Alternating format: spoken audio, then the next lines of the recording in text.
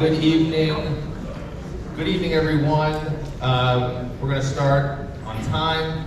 We like to be on time. I want to say thank you all for attending tonight's program. This is something we've been working really hard on. The Parks and Rec Department, Ms. Janet Hull, where is she at? Janet has been working tirelessly on this. Please give her a round of applause.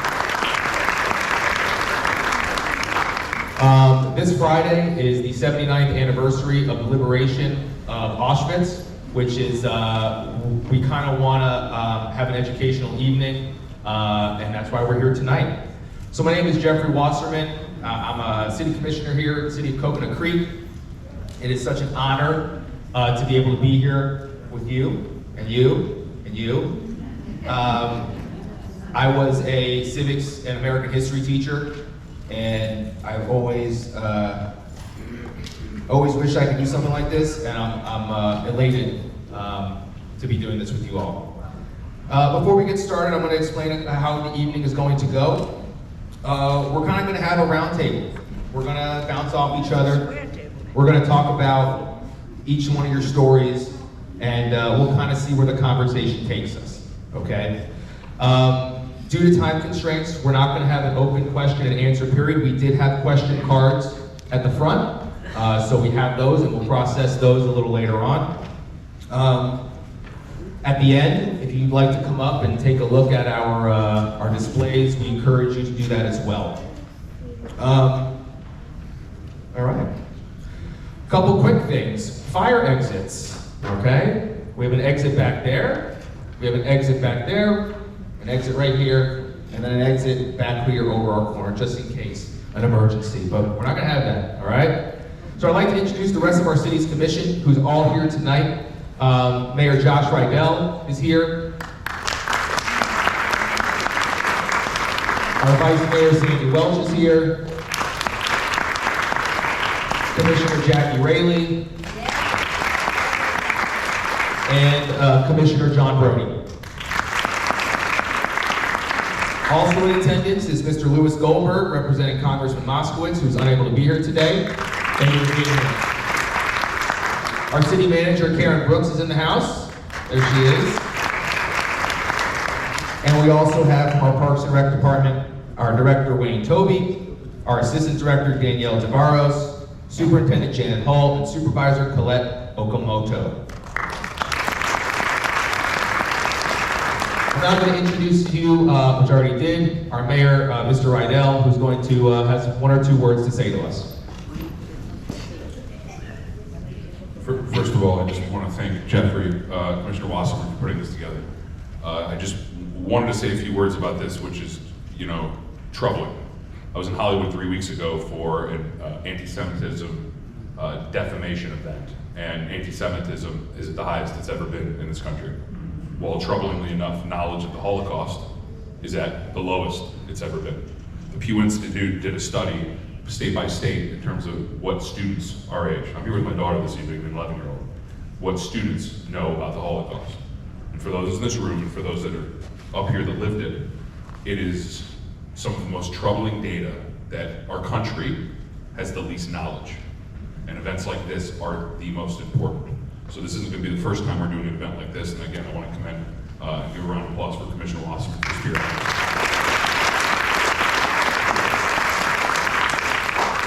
Thank you, Mayor. And now let me introduce our guests this evening, all right? To my left here, we got Gerald Hertz. He was a child in Poland and Russia during World War II, and he has some interesting things to tell us tonight. Next to Gerald, we have Betsy Kalua. Am I good on that name? Say it, what is it? Kalau. Yes. Thank you, Betsy. Her father was a German soldier. We also, German officer. I know Betsy's gonna be correcting me a lot tonight. And then we have Miss Hani Tuna, survivor who was separated from her parents, and she took the Kinder train to escape to Sweden back in 1939. And her daughter, who's with us as well, Joanne, who's going to be helping her. All right? So I'm going to start with you, Gerald. All right? And I read your biography, and You had mentioned that you took a cattle car. A what? A cattle car. You took a train. Oh, yeah. You have the microphone? Yeah, okay, I will. Can you kind of tell us, so before we get to that, Is it working? I'll give you my microphone. No, the other one's. Tell us what you remember. The other one's. There we go. Tell us what you remember of your childhood prior to the war. Well, I was born in 1935. I was 4 years old when the Germans came into our town. Our town was very close to the Ukrainian border. And the Germans came in, and about 2 weeks later, they decided that the town belonged to the Russians. So when the Russians invaded, they took over the town. When they took over the town, the Russians did what they always do. They kicked out the government, and they put in their own government, and they put in a Jewish major as the mayor of the town. I am not quite sure, but I'm quite sure that the mayor's name was Gutterman, and he was a friend of my father's, and he brought him into the government. About 2 weeks later, they decided that they made a mistake and that the town really belongs to the Germans after all. So when the Russians were leaving, my father took me and my mother, and we went with the Russians. And the first thing they did is they put us on cattle cars and sent us to Siberia, right in the middle of Siberia, in the middle of the woods. We were living in barracks where the families hung sheets just to separate the different families. And we spent about 2 years in Siberia, and when the Germans in 1941 invaded Russia, they let us do whatever we want to, and we ended up going as far south as we could, and we ended up in a town called Jalalabad, which was about 120 miles from the Afghanistan border, but it was still Russian controlled. Can I ask you a question? Yeah. How was your dad's relationship with the mayor at that time? How did that affect you in getting? Right. I am not positive whether the mayor was Mr. Gutterman. There's another story with Gutterman later. But on the internet it says that the Russians put in a Jewish major and I'm like, I would say 90% sure that he was my father's friend. And he showed up later on again in 1948 in Berlin, Germany, and that's another story. So, anyway, so we ended up in a town called Jalalabad. The people were Uzbeks, it's a Turkish people. They're the same as the Uyghurs. They speak the same language as the Uyghurs do. They were Muslims, and I know that the men didn't like Stalin because the women were not allowed to wear all the things that they wear, and they had to go to school. So, and the men couldn't have more than one wife, so they were very unhappy about that aspect of it. And they were very nice to us. When we went and came into town, the Russian government took us into this compound, and that's the way the Uzbeks lived. They lived with a wall around. The houses were made out of mud, and when they took us into this compound where this one family was living, and they told them to put us up. So there was one room there that was about 6, 7 by about 10 foot where the cow was. So they took the cow out and they told us this is where you're going to live. And so the next thing we did is the kids went out and we collected down in the street and we made bricks and we built another shed for the cow. So the Uzbeks were living in one room, a big room here, a big room, and we were living in the small room and the cow was next to us. No water, no electricity, no paper, no toilets. So you can imagine what that life was like. In the winter there was a creek next to on the street there, so we used to collect the water there, and it was like mud. We cooked the water and let the mud settle and skimmed the water off, and that's what we drank. There was really nothing to wash with. In the summer there was no water there, so we had to walk to the railroad station and collect water there and bring it back. Other than your family, were there any other people with you, or was it just you and your family? It was just me and my father and mother. So just little things, anecdotes. The Uzbeks used to throw feasts on 3 occasions: weddings, funerals, and circumcisions. The circumcisions, the kids were about 10, 12 years old when got there, and I don't think they had any anesthesia, and you could hear them scream. I remember that very clearly. But so they used to throw the feast there, and they had, I'm not sure where they got them, there must have been communal ownership. They had these big cauldrons, and they made pilaf from rice. They killed the oldest sheep that was around, and they cooked that. And then the way they ate, they put it one big plate, and you sat on the floor around it, and you ate with your hands. Their custom was that if you walked in on them, they had to invite you to dinner. So you can imagine, and we were hungry all the time. We ate anything. So you can imagine we were always looking for a funeral or a feast. And just walk in on them and eat as quickly as possible. So Can I want to, you mentioned, and I was reading I read this, what you provided to us, and you talk about selling goods on the black market.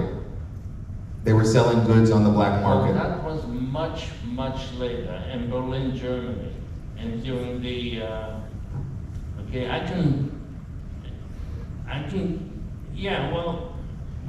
me put it this way. Okay, we lived with the Uzbeks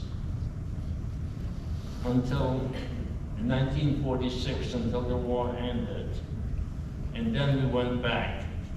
There's one funny anecdote which I would like to tell, and it's the reason I'm the only kid with my family. I saw this kid and he was walking with a balloon. So I asked him, "Where did you get it?" He says, "In the drugstore, and you had to pay 1 ruble and a few bottles because they were collecting, glass." So I got together with another guy and we got the money together and we got the balloon, I blew it up, and I came home, and my father took it away from me. And occasionally I used to see it hanging, drying. It took me like 15 years to realize what it was.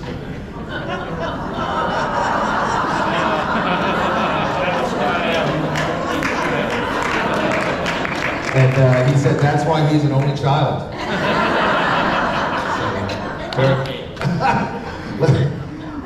We'll come back. Okay, on that note, right? So I want, Betsy, we spoke last week, and you corrected me, right? Because what I had said was, your father was a Nazi soldier, and that was totally wrong.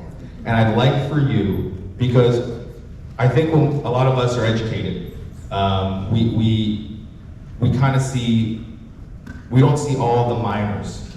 We just hear Germans. We just hear Nazis. And I think it's important that you share with us today the difference between a German officer and a Nazi in the SS. And I know we spoke on the phone the other day, so I'd like for you to hit on that, and then I'd like for you to, and I'll ask you another couple questions after.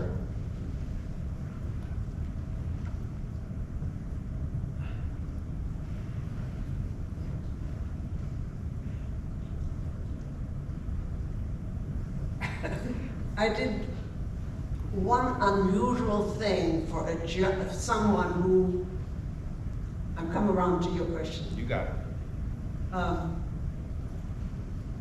I was 14 in 1945.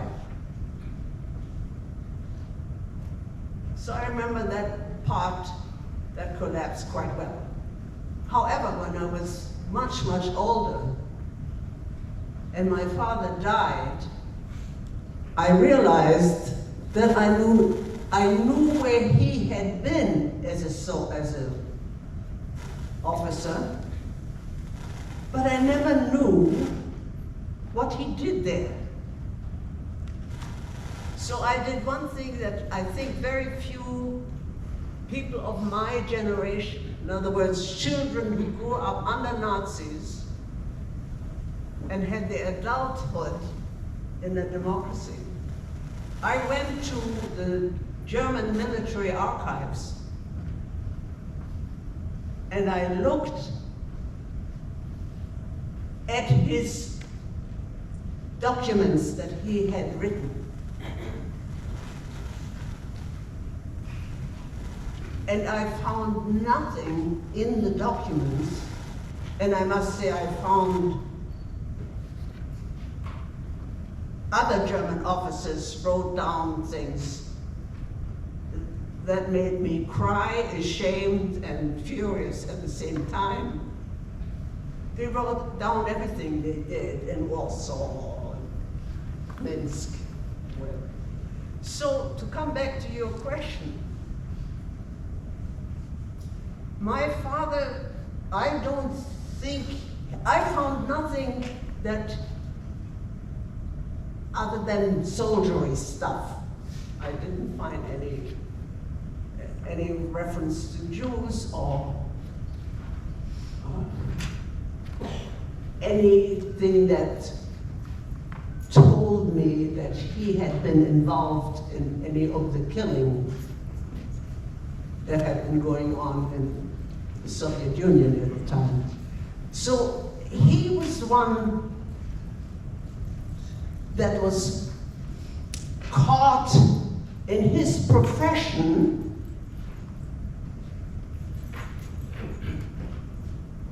that he was filling his profession, but he didn't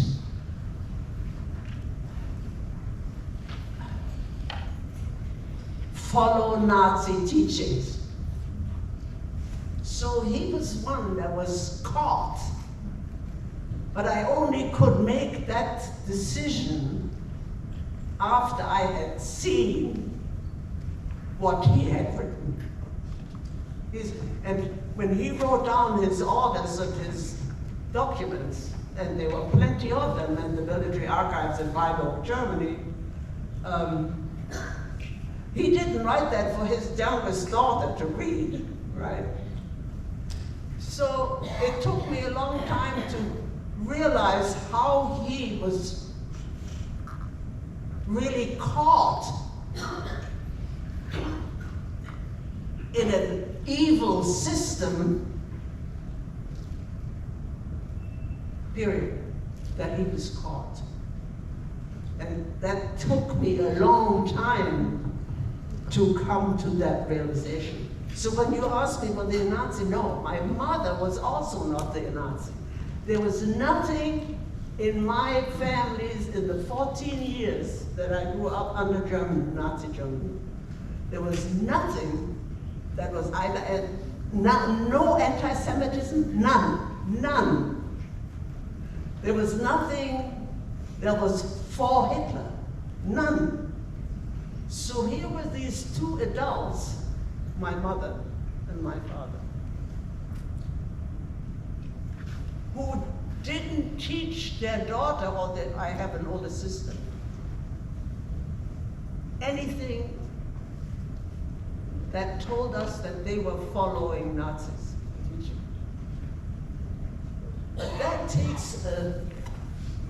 that took me along of living to realize it, living my life to realize. And of course, I read everything that I could. As we were talking earlier, how we read everything that we can to understand this evil time. Most of my time, I felt very guilty about Nazi Germany. It was somehow I was guilty. And to sort of say, no, actually you're not. But it was a horrible, horrible, horrible time. That's a long answer. It was a good one. You've written some publications about your research, and I've looked all online for them, and I know Janet did too. I can't find it, but I know you have them, so I want to read them. Yeah, I can give you a copy, sir. Please. So when this was all happening, what was life like for you in your town? Did you have any Jewish friends? No. Remember, most of the Jews, as I found out by reading. Oh, I think you pressed it. I think you. Oh, did I turn it off again? Okay, now it's on. I tell you one incident. I'm taking a lot of time. I'm not sure of it. No, it's. We moved from. I told you that I was born in East Prussia, which is almost as far east as you could go at that time in Germany. Now it's Russian. Then my father was assigned in Berlin, and from Berlin we moved to this little town that if I say anything in home, that was home for me. So we moved to that town, and we didn't, as when you move to a new place, you don't know anybody. And my sister and I were playing across the street was a small park, and we had to be back home inside when it's dark. Like, it gets dark now, right? At that time we had to. We were playing with the girl, and she said, well, don't we come home? Why don't you come to my place? And we went to her house, and we were served hot chocolate, which, I was 7 at the time. And I was because in my house we didn't get hot chocolate. We were very frugal. And we played, we probably colored and cut and those things that you do when you're 7 and 8. My sister was 11. And at one point we remembered that we had to go home. And so we went home. We hopefully thanked the people. They were very, very kind and friendly with us. And my mother opened the door to the house. The house door was always locked. And my mother opened the door. And she said, where were you? And we said, well, we were with the Philipstals. Well, in this country, Philipstals is considered a Jewish name. She said nothing. We had the usual punishment of when you don't come home in time, you will miss supper, you go to bed without supper. So my sister and I went to bed without supper. You asked me whether we had Jewish friends. I didn't know that they were Jewish. That was not something that my mother pointed out. All she said, where were you? We answered, we went to bed. sometime after that, that family moved. It turned out, because I pursued this after many years, they made it to Israel, and I wrote to them. So I made a connection. But that's the only person who was Jewish that I knew. Until I married my husband. He was Jewish. And did you met him? He was a GI occupying in Heidelberg, Germany. And he was a very interesting man. I thought he was so very interesting because he opened the world. Remember, when you grow up in a dictatorship, the world is very small. You are taught a lot of people to hate. Otherwise, you don't learn anything. I did not learn to ask questions. I learned to ask questions in this country when I came when I was 25, after I was 25. Sorry I took so long. No, you didn't know. It was perfect. Yeah.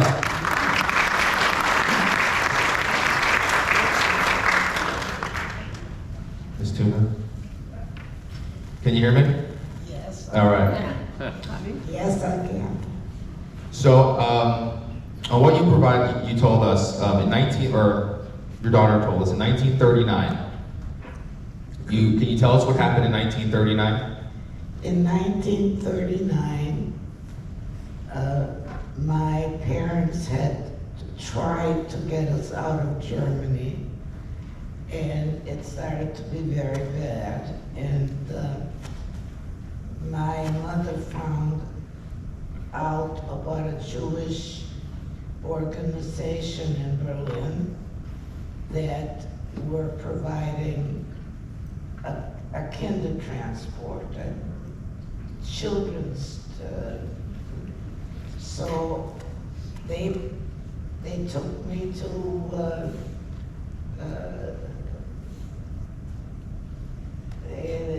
they took me to the train station, and I had a card around my neck to who I was, to what country I was going to, what city I was going to, and then the place that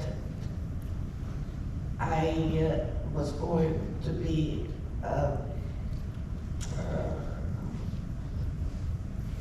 in Sweden, yeah. Skellefteå, a very rural. Yeah. Skellefteå was a very rural area. My mom's family, her grandfather, who I actually was able to meet when he was 96, he survived. Can you talk closer? He survived. That part of my family did. And they owned a 3-flat, modern, indoor plumbing in Berlin, beautiful place. And here that was taken from them by the Nazis, and the children were sent on the kinder transport. My mother ended up in this rural home with no running water, no indoor toilet. It was a whole other world. And did she have siblings? In England? Where was it? She had a older sister, 11 months, and a younger brother, and they were sent separately after her.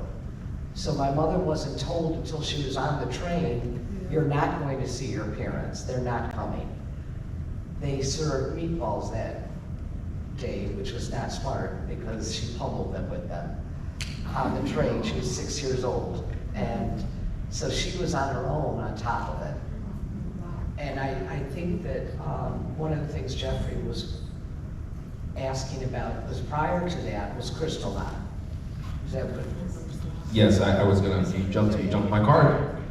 But yeah, I wanted to know. Do you remember Kristallnacht? Yes, I remember because that is when my parents really tried to get out of Germany. My great uncle had a tailor shop in Berlin, and his business was all destroyed. If you don't know what Kristallnacht was, it's considered the night of the broken glass. And it was a night where people would go and ransack Jewish businesses. They would break the glass, and there's they would light them on fire, like synagogues on fire.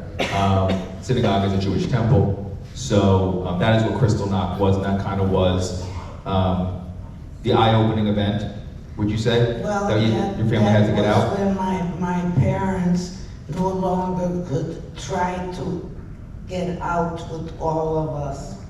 We couldn't get any visas, and without a visa, you couldn't get out of Germany. So this was, I thought, the best it could do. And like I said, I lost my childhood. I loved my mother. I loved my sister. My sister lived 8 hours by train from where I live. My brother was 3 years old, he left. He drowned in Sweden when he was 5. I did not have a good childhood. I lived with old people in a youth bed in their room. And I couldn't have, there were good Christians, but I could not have a lot of friends. I couldn't go to the small theater. I couldn't go to dance. I couldn't go to parties. It was not a good life for me. So after the war, when the war that was what, 45, right? I got in touch with the Jewish organization in Stockholm, and I said that you have to get me to my parents in Dominican Republic. And it took 2 years before that could be done.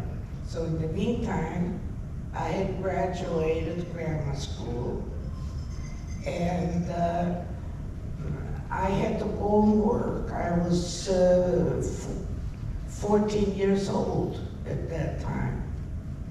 And how much can a girl do? So they sent me to the nearest city, and I worked in like a men's hotel, was with men, and that was not good either. So She was a cheerleader.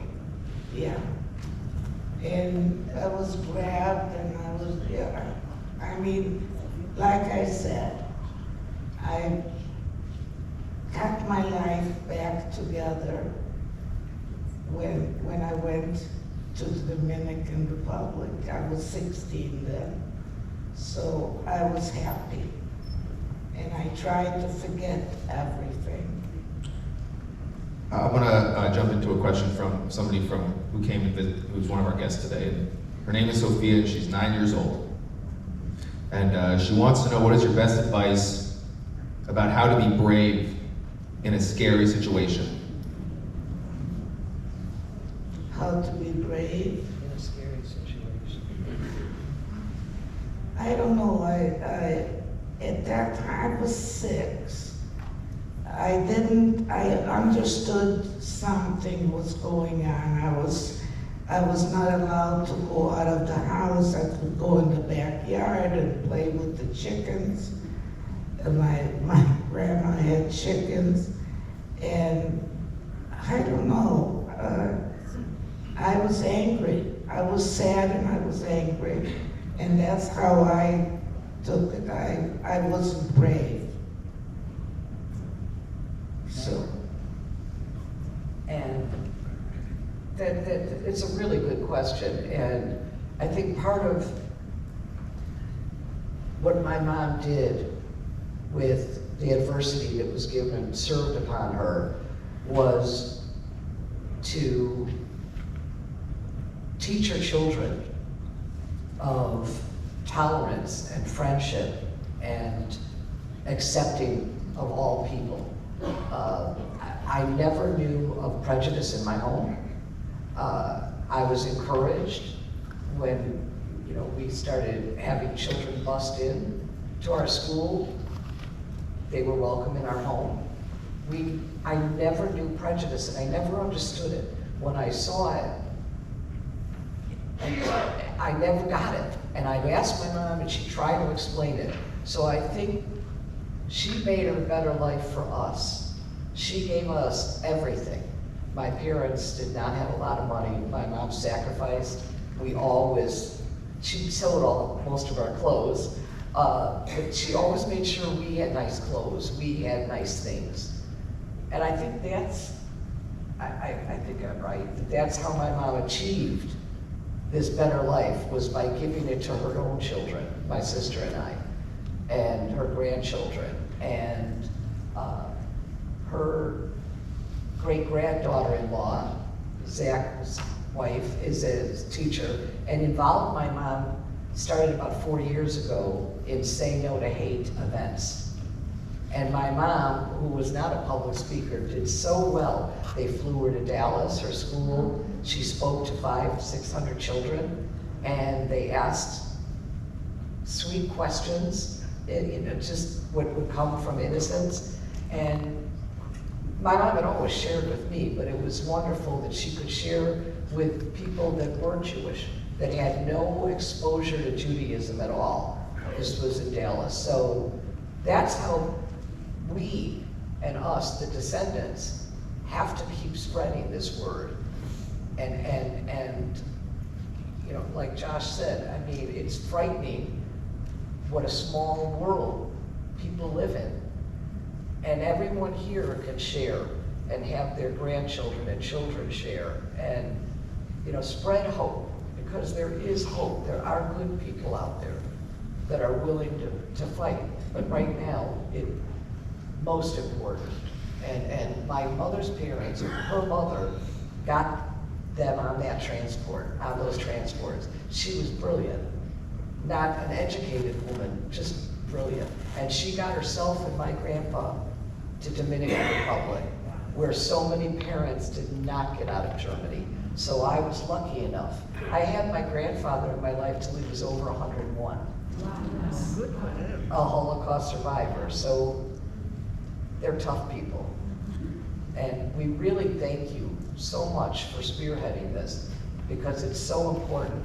And anyone who has questions can always think of them and forward them. And my mom would be happy. You can see she's 91, Spitfire, and a brilliant woman, and I'm blessed to have her in my life.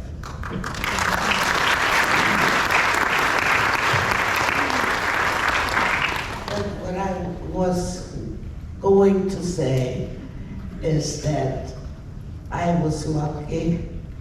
My parents survived, and my life got wonderful. And when I immigrated to this country, I mean, I was in heaven. So I had children. So I'm just happy. And that is what gets me to discussing coming to America. And your life following the war. And Gerald, tell us how you got to America. Were your parents able to come with you? And just kind of tell us, because I know you read something here, you eventually were living in Reading, Pennsylvania later on, right? Much later on, and you wanted to go to the ocean. And here we are, right? So tell us about immigrating to the United States in 1951, and were you speaking English? Tell us what it was like. Okay. Am I on? He's on? He's on. In 46, ended up in Berlin in the DP camp. We had plenty of food, and we had a huge amount of. Tell them what a DP camp is. It's a camp for people that don't have displaced people. And we had a huge amount of food. The Americans were feeding us, and we had a huge amount of those green wool blankets. So people were making their own clothes out of them. It was really funny when you see the pictures of us. But anyway, so we spent 2 years in a DP camp until 1948. In 48, the Russians blockaded Berlin because Berlin was inside the Russian zone. And Berlin was divided into 4 sections, the Allied zone and the Russian. So when we were in Berlin in 48, after the blockade, what I think was that Major shows up and tells my father that they're going to open up a trade mission in Berlin, and they were able to print their own money and buy stuff in West Germany, bring it to Berlin, and they sold it to Jewish black marketeers, because in the East European culture, the Jews didn't have too much access to the courts. So there was like a culture where you shook hands and, and you trusted people. So, and the objective of that trade mission was to funnel American dollars to the Russian Secret Service, which I just found out a couple of months ago. And so this guy came, and we went from a DP camp to a beautiful apartment with a living maid and a chauffeur. You can imagine we lived a few years before that. And that lasted until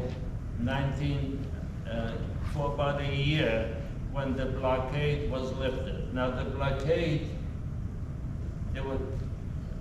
all the food and most of the stuff was being flown in by Americans into Berlin. There was a plane landing every 2 minutes. There was one pilot, he was coming and he used to throw out candy for the kids. And the funny part to me was the important things that they were selling. A, they were selling cigarettes. B, they were selling coffee. And the most important thing which they were selling were nylon stockings with that big black seam in the back. I don't think too many people know about that. But the woman would do anything for a pair of nylon stockings. Now, we were half naked in Uzbekistan, and I couldn't figure out why anybody would buy that thing. It was just mind-boggling. I could understand coffee, although I hated it, and cigarettes. There used to be, if a GI was walking down the street smoking a cigarette, there were 2 or 3 Germans following him, waiting to throw away the phone. Okay, so anyway, so we were living in this place, and I didn't have any friends, and we had a huge amount of food, and I was getting a little heavy. So my parents shipped me off to an island off the German coast, and I was there for about a year and a half to 2 years, and I absolutely loved it. They hired 2 teachers, 3 teachers. One was an ornithologist, and we used to walk around the island with birds and all that.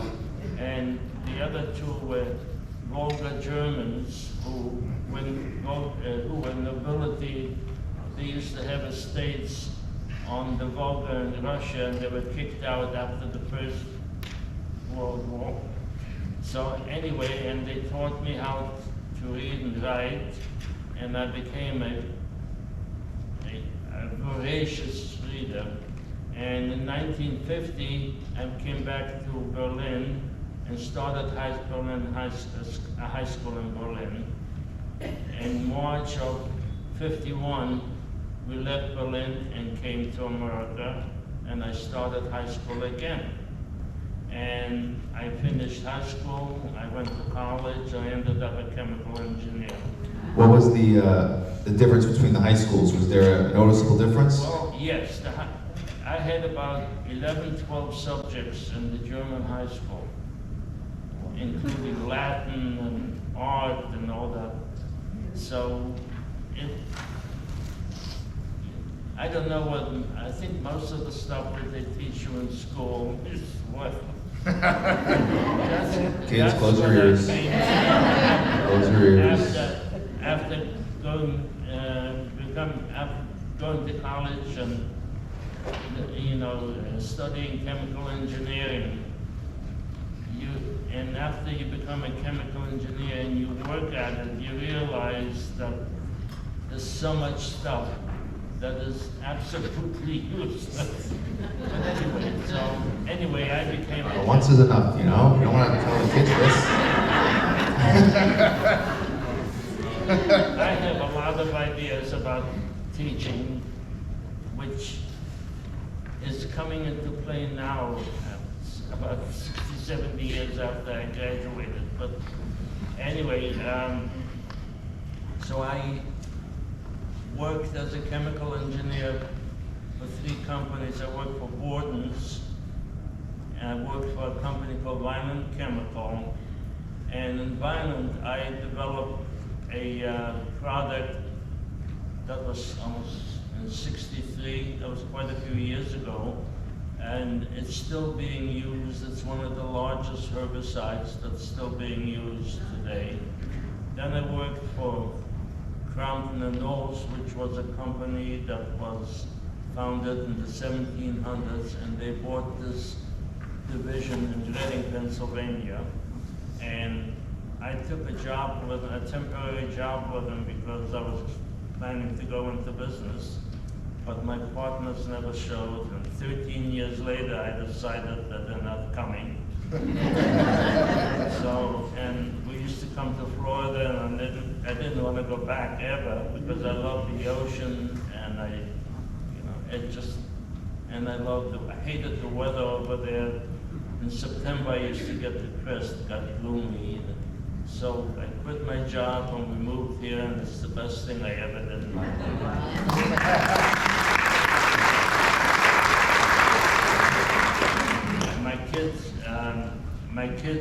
My daughter was in college at Temple, and my son had 2 more years of high school. So when we moved down here, I started building a house in Coral Springs, and my wife came down, and we went to look at it in the evening. We got bit up by mosquitoes, so I said, the hell with it.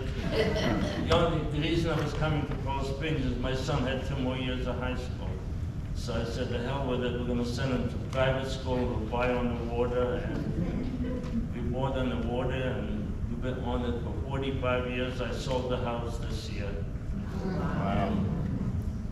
And it's the greatest thing I ever did. And now you're here with us in Creek, Coconut Creek. Yes, I live in Century Village. That's because my daughter is about 10 minutes away, and my grandson lives also 10 minutes away, and we still are in business, so we see each other a lot.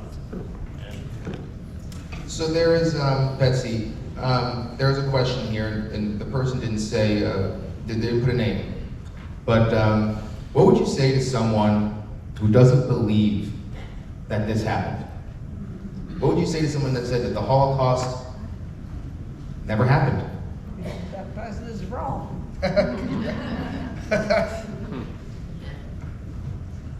Wrong. Of course it happened. And I'm not sure whether I would get involved with somebody like that. Because I don't think that person listens.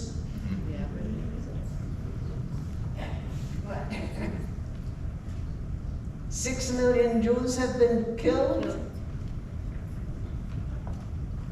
Almost that many Russians have died.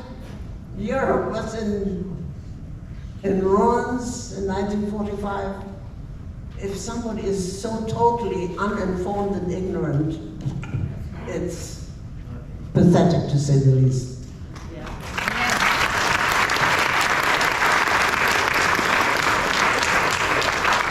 Well, it ties into what the mayor was saying about education and how important it is for us to have events like this and do our civic duty to educate our community. And that is why, for me, this has been, one of the most special nights of my life. Yes. And I hope, and we got some more questions, but I hope everybody is taking this in and really valuing their time that they're giving us today. Yes. Because it's very special to have the three of you here with us. And I mean that, from the bottom of my heart.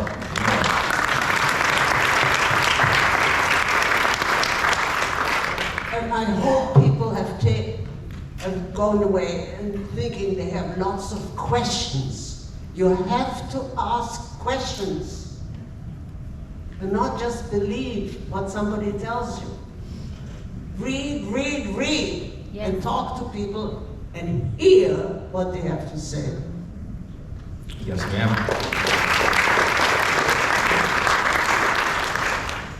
So, over the past couple of years, and this is Gail Zukovsky. She wrote this question. What is your perspective on why in recent years there has been more of a sentiment of the denial of the Holocaust and a rise in anti-Semitism? It's because there are individuals who have something to gain out of that, who are promoting it.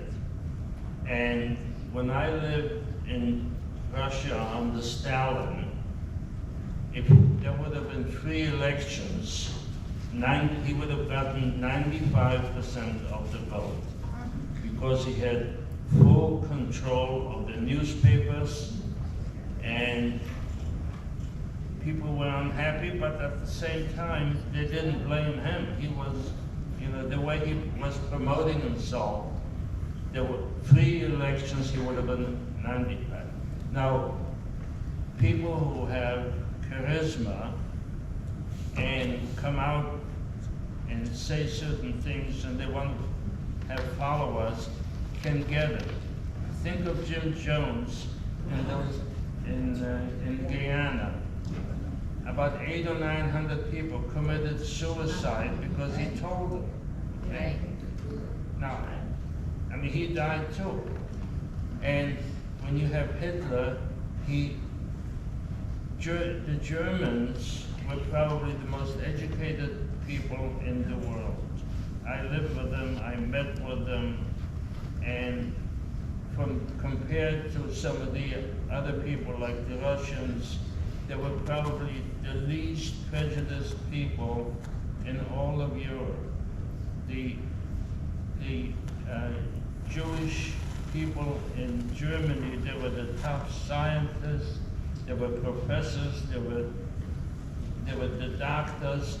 You take Poland, there was limits on how many doctors the Jews could go to school to study that.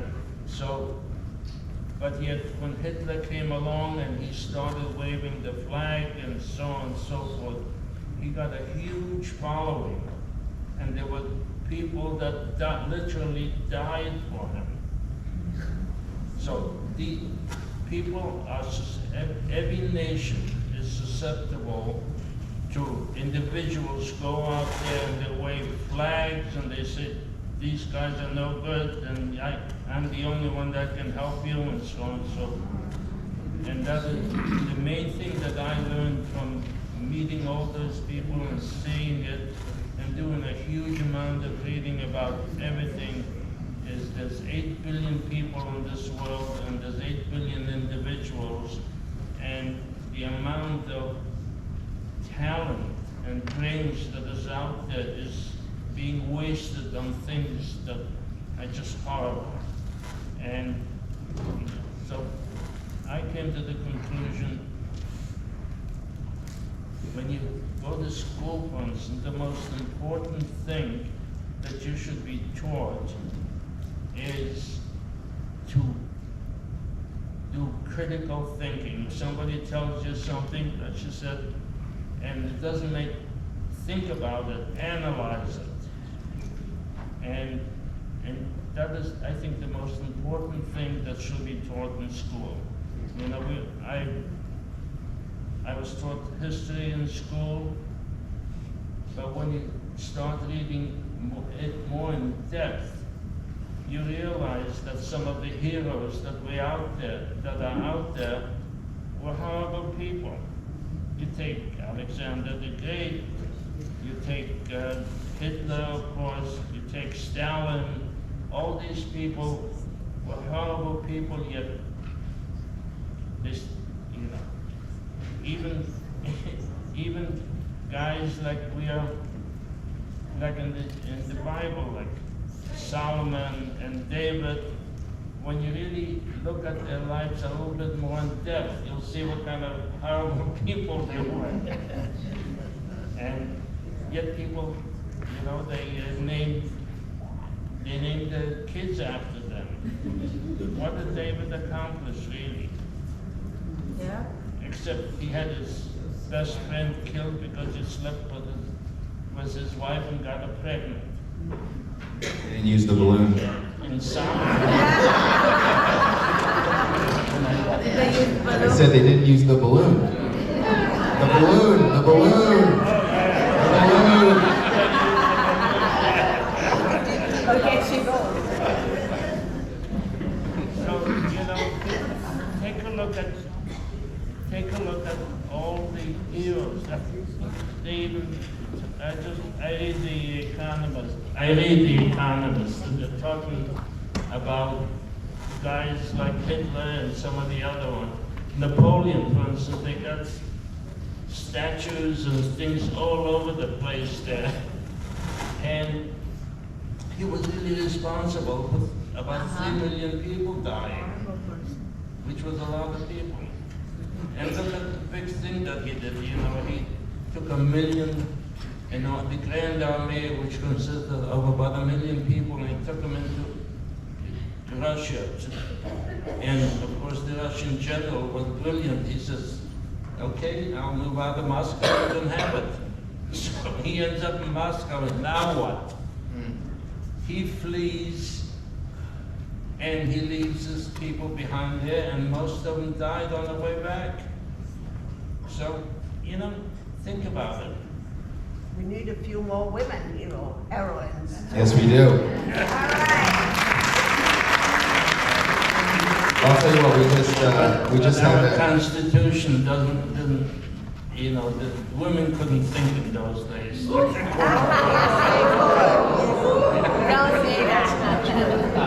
I will say, hold on, Cheryl.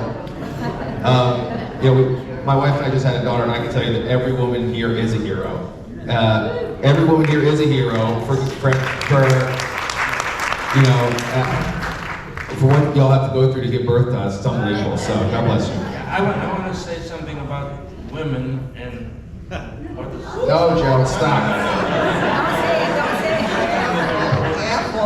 You know, Betsy has you on a leash now, okay? Take 1 second.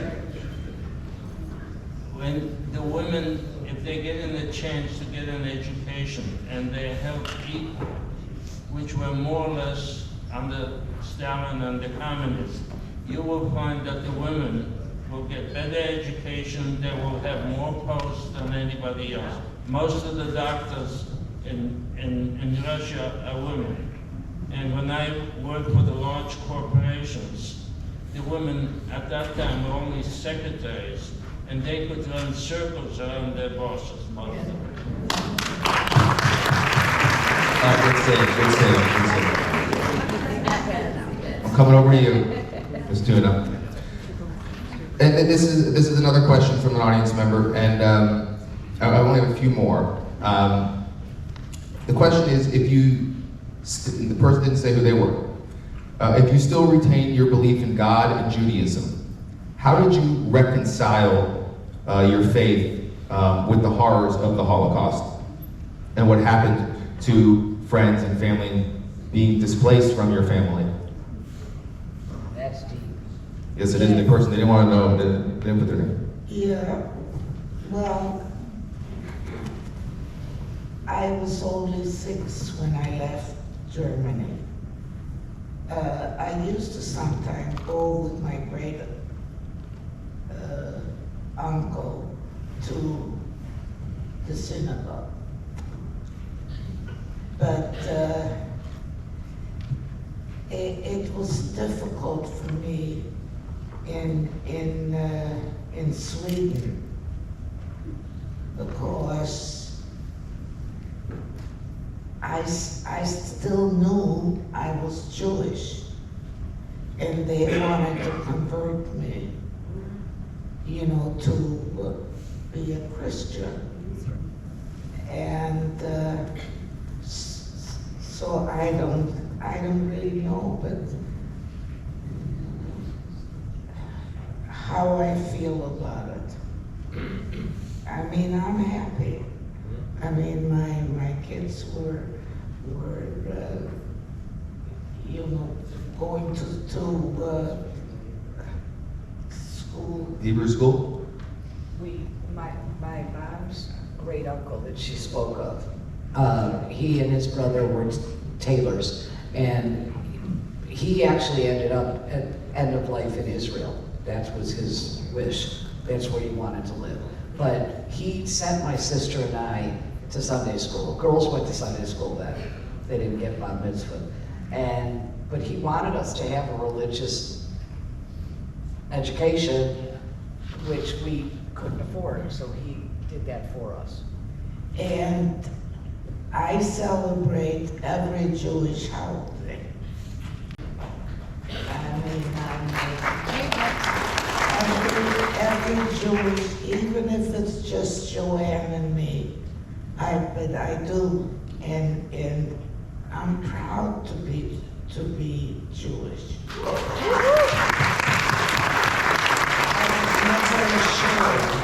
And she still makes incredible chicken soup. So I want to kind of bring us to a close. Yes. And I want each one of you to share kind of the lasting thoughts you want us to have about your experience, about what we need to do as people going forward to learn more, to be more engaged. And you know, there's only 285,000 Holocaust survivors left in the world. And you know, we talked a lot about what we wanted to do with this event, and Janet, and you know, we were going to put up pictures and this and that, but you know what?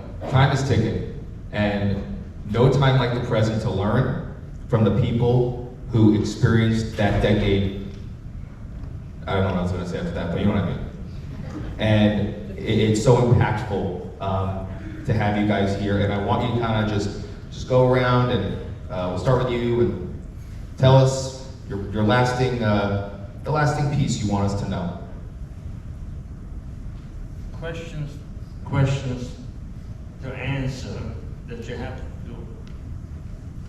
ask yourself and answer.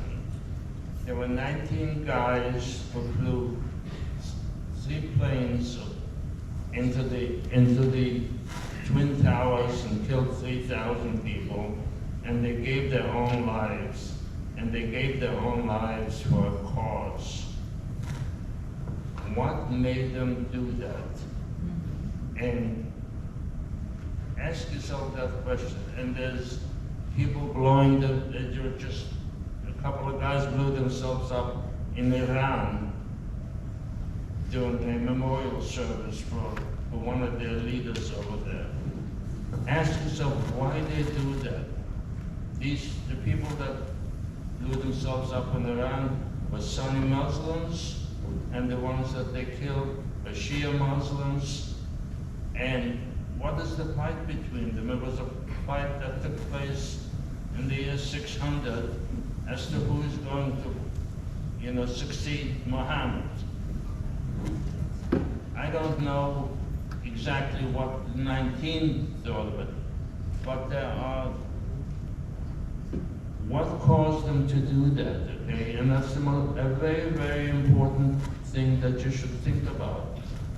And how come they ended up that way? And they ended up that way because they were brainwashed to think that this is the right religion, and this is the Crusaders went to Israel and they massacred everybody in Jerusalem, Jews and Muslims, and there were a lot of them got killed too. Why do these people do that? How come they end up being, killed? They die for a cause. And just think about that. That's the lesson that I want to give you. It's because people get brainwashed to think in a certain way, and they go ahead and kill other people. Well, thank you, Gerald. I think that's all. Thank you for your time tonight. Betsy, you defer? All right. I haven't got my thoughts together, sorry. Well, what do you want to know? I think the proudest thing for me is that Spielberg, did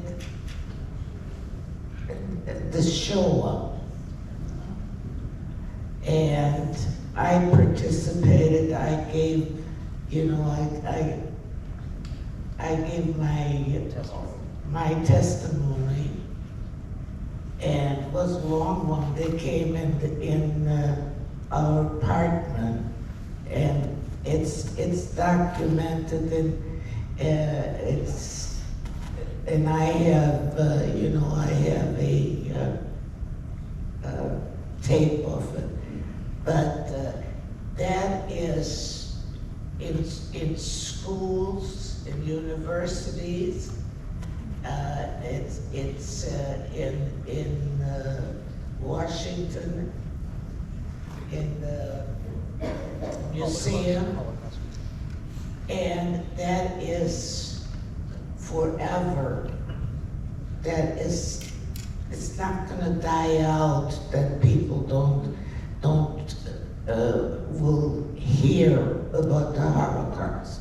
Are you familiar with the Shoah tapes? He interviewed survivors. Yes. After Schindler's List. Yes. Spielberg started that program. Yeah. It was And the Shoah. and they took 400 people that they and I was part of it. They transcribed it into another language. Transcribed it in other languages that went all over the world. And this way I know that my life, anybody can look it up. You have, so many things that you can find, articles. But anyhow, that is, of course, the most troublesome, it is my kids, my Jojo. Okay. Thank you.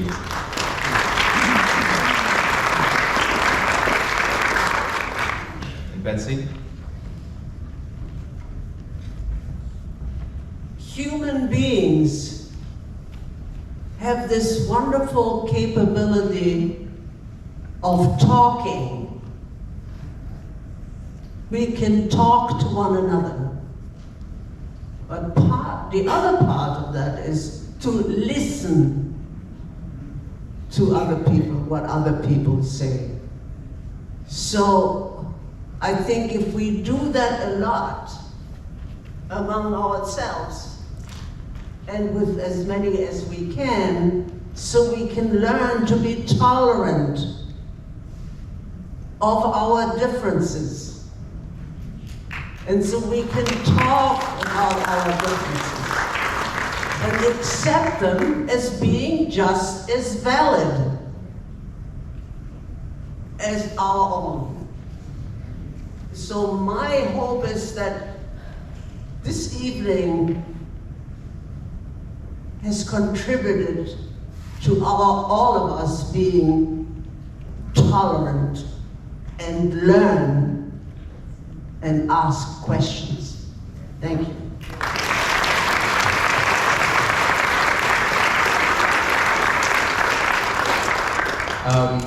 I wouldn't be remiss if I didn't. We had another participant, Mr. Saul Dreyer, who was going to be with us today. We were on the phone with him on Friday, and once we hung up, he fell and he broke his hip. So I wanted to just say one or two things about Saul, so you know a little bit about him. He was born in 1925 in Poland, and after an order for separation of Jewish people, he lived in a ghetto together with his mother and his sister. And he moved to his grandma's house, who lived at the ghetto border. It was 1941. He said life in ghetto is difficult to describe as life. Dozens of people in one apartment, no food, no work for majority of the people. I had to do laborious work. I worked on the segregation of all Jewish belongings, which were taken from the nations, whether it was clothes, furniture, everything that was taken, I had to separate. One day when I was coming back from work, I noticed the Germans forced people to go to the Plastow train station. I saw my mom and the group of those people. They were taking her to a concentration camp, and I couldn't do anything. Only my sister, grandma, and uncles were left from my family.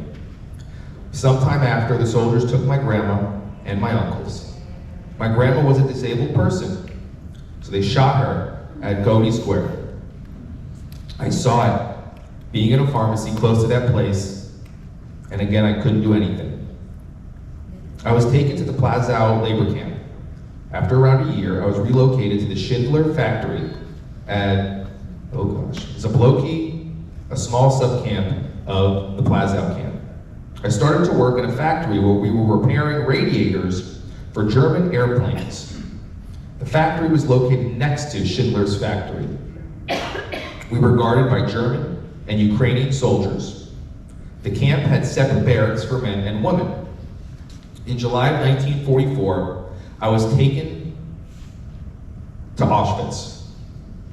That was the same transport from which Oskar Schindler rescued members of his list.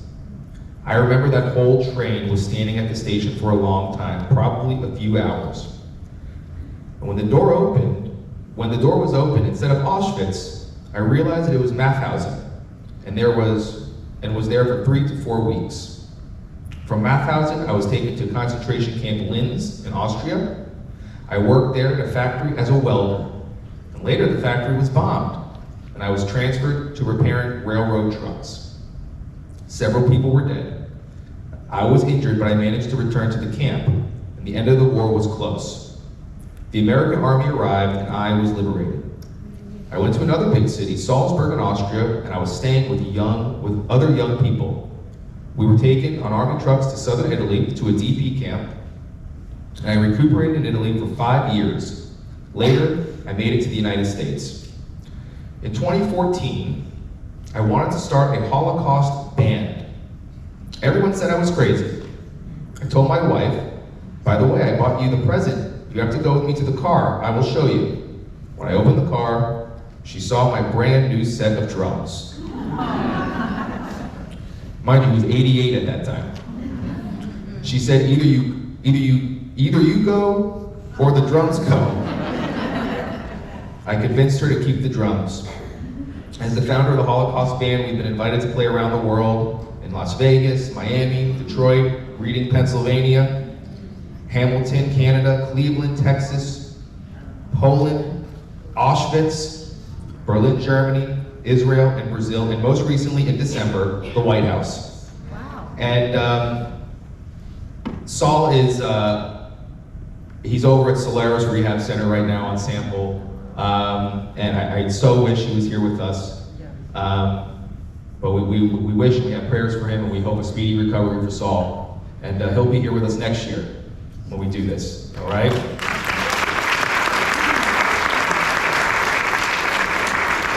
So, I'm enamored with the three of you. I am fascinated. I am so thankful for you all to come and learn and be a part of this with us. This has been really special. And on behalf of the city of Coconut Creek, I can't thank you enough. And please, with your kids, with your family, go to Washington, D.C., go to the Holocaust Museum, go down to Miami, to the memorial in Miami Beach. I'm proud to announce that in April of 25, we'll be bringing a Holocaust memorial here to the city of Coconut Creek. And we're going to do our job to educate and never forget. Thanks again for coming. Have a great night.